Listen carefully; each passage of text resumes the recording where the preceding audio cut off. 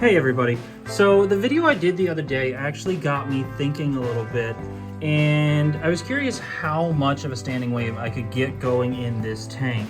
Now I've been playing a little bit to, tweak the settings a little bit, and I found out that I think I lied to y'all a little bit.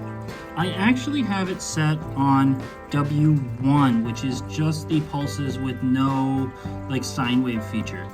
Now I have, it's hard to see, but right there is the frequency setting. So just a little bit slower than halfway. And right now the pump is set at full power. So if you look, I have this ruler set up as a little bit of a guide. The 16.5 mark up to 15.25 was kind of the fluctuation. So I was getting about 1.25 wave rocking back and forth in here. But I think that's a really cool idea. Now, obviously I was doing this while I'm gonna do a water change, so I have the water level dropped.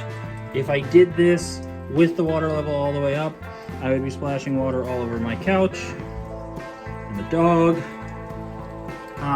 So I have the return pump off. I have the spray bar off just because it's loud and annoying for the canister filter. So the only two pumps running right now are the Jebao, the SOW-20, and the MP40 down in the bottom. Now the MP40 is set to Reef crest, so it is pretty steady. I think 1.25 is pretty cool for a pump that costs less than $200. I want to say it's like $130, $150 maybe, as opposed to some of the wave options out there that are, hundreds and hundreds of dollars. Really cool. Get a nice flowing motion on the, corals. Ghani's just rocking back and forth. Torches, you can tell it's not stressing the tentacles out, right? They're not getting blasted one way or the other. And if you just had a pump pointed straight at them, blasting from, this side over here all the way across, it's just gonna be ripping off tentacles. It's gonna be hard. Kind of getting this style flow might be a decent option. The catch on that is you will need a tank that is suited for it. I would not want to put this much of a standing wave on this system.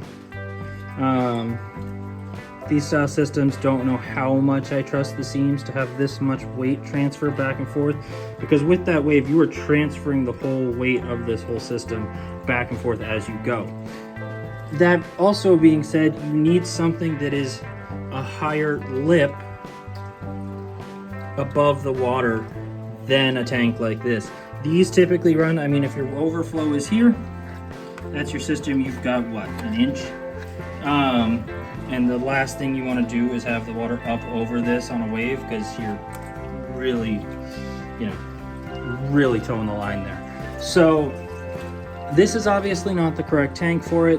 I do think that having it on that pulse mode a little bit and tuning it so that you just barely get a little bit of wave action is kind of still a cool concept for a tank like this, just because it's going to add a little bit of diversity.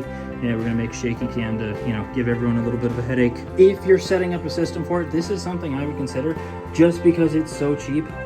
If you had 2 of them, if you had 3 of them, you can kind of, tie them together and, set them up on the same side, just pushing across.